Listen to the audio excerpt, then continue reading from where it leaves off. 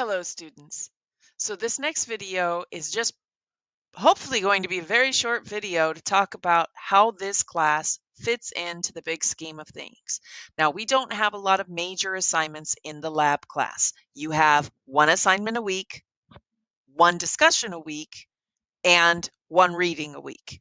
That's the whole pattern of this particular class. We're primarily going to be focused on supporting you in your English 101 class, making sure that you have the time to ask questions, making sure that you have the ability to get the skills that you need and to get the support that you need. So in the English 101 class, we're going to be focusing on the things that we need to write about and how we're going to do that. In the lab class, we're going to support those elements.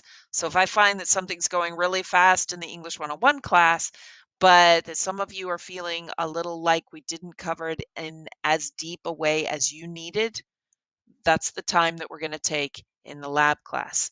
Or if I find that there's a consistent problem that you are having in writing an essay, for example, one of the biggest problems that I noticed this last semester was a subject-verb agreement issue. And not using transition words appropriately. Okay, well, then I'd probably spend one class or 10 minutes of each class for like 2 weeks doing a subject verb agreement activity. So we get practice and we get practice so that when it comes time for it in your essay, when we do peer review, you'll be able to spot those mistakes. And one of the things that we're going to be doing is 2 different kinds of peer review in this class. In the English 101 class, you're going to do the standard peer review, which uses a rubric, and you're going to be doing it online, and you're going to answer those questions or give feedback as best you can. But that's not very personal, and it sometimes doesn't feel as helpful to some of my students. So in this class, what we're going to be doing is getting together in groups. You're probably going to meet with the same group. We'll talk about that in the class itself. But you're going to meet with a group of students and you're each going to go over the different parts of your paper and where you have suggestions for each other.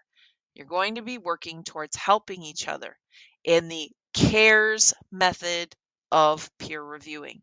So you're going to have time to sit. Yes, it's online, but you're going to sit, share papers, talk about things.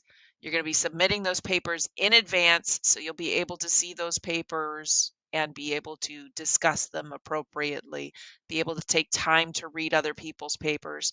And there's a couple of good things that are going to happen from this. First, you're going to have a chance to see how other people are answering the questions so that you can answer the questions correctly. And it's also going to give you time to process ideas.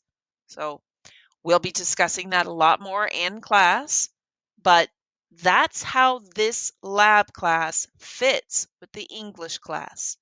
It gives you extra time to ask questions and to practice, and it gives you a little extra support when you need it. All right, that's it. That's this video. It's a nice short video. So next up, I think, is the textbook explanation. Have a fantastic day. You're almost done with this orientation.